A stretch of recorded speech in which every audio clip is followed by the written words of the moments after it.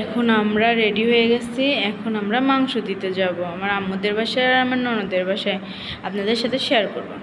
Hello viewers, আসসালামু আলাইকুম। সবাই কেমন আছেন? আশা করি সবাই ভালো আছেন। এই তো ঈদের দিন সকালে আমি অল্প করে রান্না করব। এই তো মাংস রান্না করতেছি আর অল্প করে সেমাই, কারণ আমাদের বাসায় ফ্রিজ নেই। আমার এই বাসায়, আমি তো ঢাকা থাকি, এখানে ফ্রিজ নেই। এই জন্য আমি অল্প করে রান্না করতেছি, যে নষ্ট করে লাভ হবে না। এই জন্য অল্প করে দেশি মুরগির মাংস আর সেমাই আর খিচুড়ি রান্না করবো শুধু সকালে। এই তো সেমাই রান্নাটা হয়ে গেছে, মাংসটাও প্রায় শেষের দিকে হয়ে গেছে। এই তো আমার মানে ওরা চলে গেছিলো, বাবা ছেলে নামাজ পড়ে আমার জন্য জিলিপি আনছে, তারপরে পটেটো আনছে, 7 আপ আনছে, যে ঈদের মাঠ থেকে নামাজ পড়ে আমার জন্য আনছে।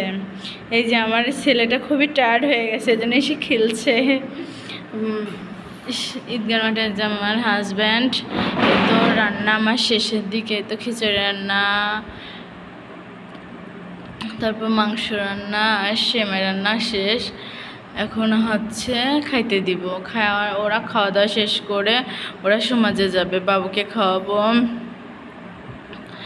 তারপরে তো আমাদের মাংস চলে আসছে, আমি মাংস প্যাকেটিং করে সবাইকে দিয়ে তারপরে এখন আমি আবার একটু রেডি হয়ে গেছি, যে আমার আম্মুদের ওখানে যাব আর আমার ননদের ওখানে যাব, মানে মাংস দিয়ে আসবো এদেরকে। মাংস দেয়, এই জন্য আমি বাইরে বের হচ্ছি। এত গরম, প্রচণ্ড গরম, আমি অতিষ্ঠ হয়ে যাচ্ছে, আমি যেতে চাইনি। আমার হাজব্যান্ড বললো চলো যাই একটু বেড়ায় আসবা। তা আমি আবার একটু ঝটপট করে শাড়ি পরে নিলাম। শাড়ি পরে তো বাবু খুবই ডিস্টার্ব করতেছে, কারণ অনেক গরম, তো বাচ্চা মানুষ, গরমে কি করবে। তো গরমে ও অতিষ্ঠ হয়ে গেছে, আমিও অতিষ্ঠ হয়ে গেছে, তবুও করার কিচ্ছু নেই, করতেই হবে। আল্লাহ হাফেজ, সবাই ভালো থাকুন।